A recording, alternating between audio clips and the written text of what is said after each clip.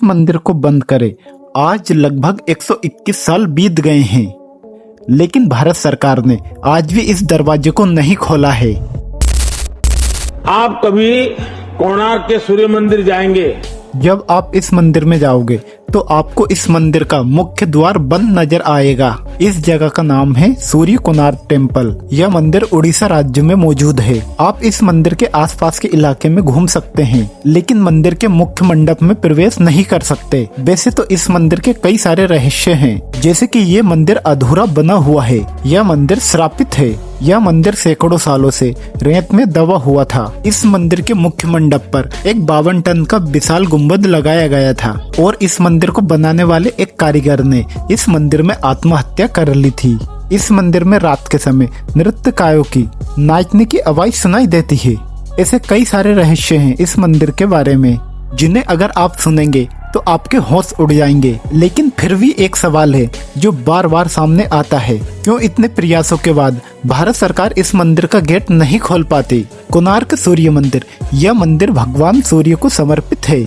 इस मंदिर की भव्यता के कारण ही इस मंदिर को भारत के 10 सबसे बड़े मंदिरों में गिना जाता है। कोणार्क सूर्य मंदिर उड़ीसा के उड़ी शहर से लगभग 23 मील दूर चंद्रभागा नदी के तट पर मौजूद है। इस मंदिर को पूरी तरह भगवान सूर्य को समर्पित किया गया है। इस मंदिर की रचना कुछ इस प्रकार की गई है, जैसे एक रथ में 12 विशाल पहिए लगाए गए हों और इस रथ को 7 घोड़े खींच रहे हैं और इस रथ पर सूर्य देव को विराजमान किया गया है। इस मंदिर से आप सीधे सूर्य देव के दर्शन कर सकते हैं। जब सूर्य उदय होता है तो ये नजारा मंदिर से देखने ही बनता है और वही इस मंदिर को और भी सुंदरता प्रदान करते हैं। इसमें लगे 12 चक्र जो कि 12 महीने को दर्शाते हैं और हर चक्र दिन के 8 पहरों को दर्शाते हैं। यह मंदिर 2 भागों में बना हुआ है, जिसमें पहला भाग नट मंदिर है, जिसमें सूर्य की किरण पहुंचती है और ऐसा कहा जाता है हीरे जैसी धातु से सनलाइट रिफ्लेक्ट होकर मंदिर में स्थिर मूर्ति पर पड़ती थी।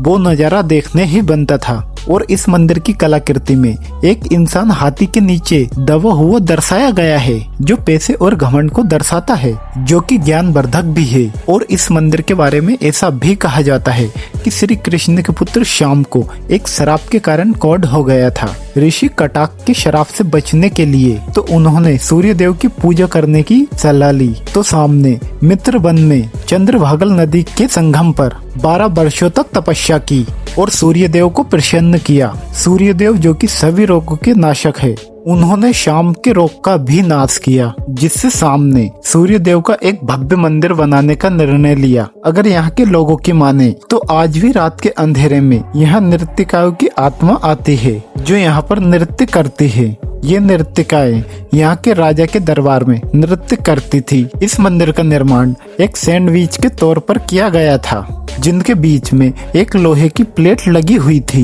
जिन पर मंदिर के खंभे थमे हुए थे। और ऐसा भी कहा जाता है इस मंदिर के मुख्य गुंबद पर एक 52 टन का विशाल चुंबक लगाया गया था, जो कि इन खंभों से संतुलित था और इसी के चलते भगवान सूर्य की मूर्ति भी हवा में तैरती हुई रहती थी, जिसे देखकर हर कोई हैरत में पड़ जाता था। और ऐसा कहा जाता है कि इस चुंबक को अंग्रेजों ने निकाला था, क्योंकि समुद्र में से गुजरने वाली नावों का कंपास इस चुंबक के कारण खराब हो जाता था और वह दिशा भटक जाते थे, और इसी कारण इस चुंबक को यहाँ से निकलाया था। चुंबक के निकलने से मंदिर के खंभों ने अपना संतुलन खो दिया और परिणाम स्वरूप दीवारों में झुकाव आ गया। लेकिन इस घटना का कोई ऐतिहासिक विवरण नहीं मिलता है, ना ही ऐसी किसी चुंबक का वर्णन मिलता है। सन 1567 में उड़ीसा में इस्लामिक आक्रांताओं के कारण उड़ीसा के जगन्नाथ मंदिर के पुजारियों ने मंदिर की मुख्य मूर्तियों को कहीं पर छुपा दिया था। इसी प्रकार कोणार्क सूर्य मंदिर के पुजारियों ने सूर्य देव की मूर्ति को बरसों तक छुपा के रखा था। बाद में यह मूर्ति उड़ी भेज दी गई।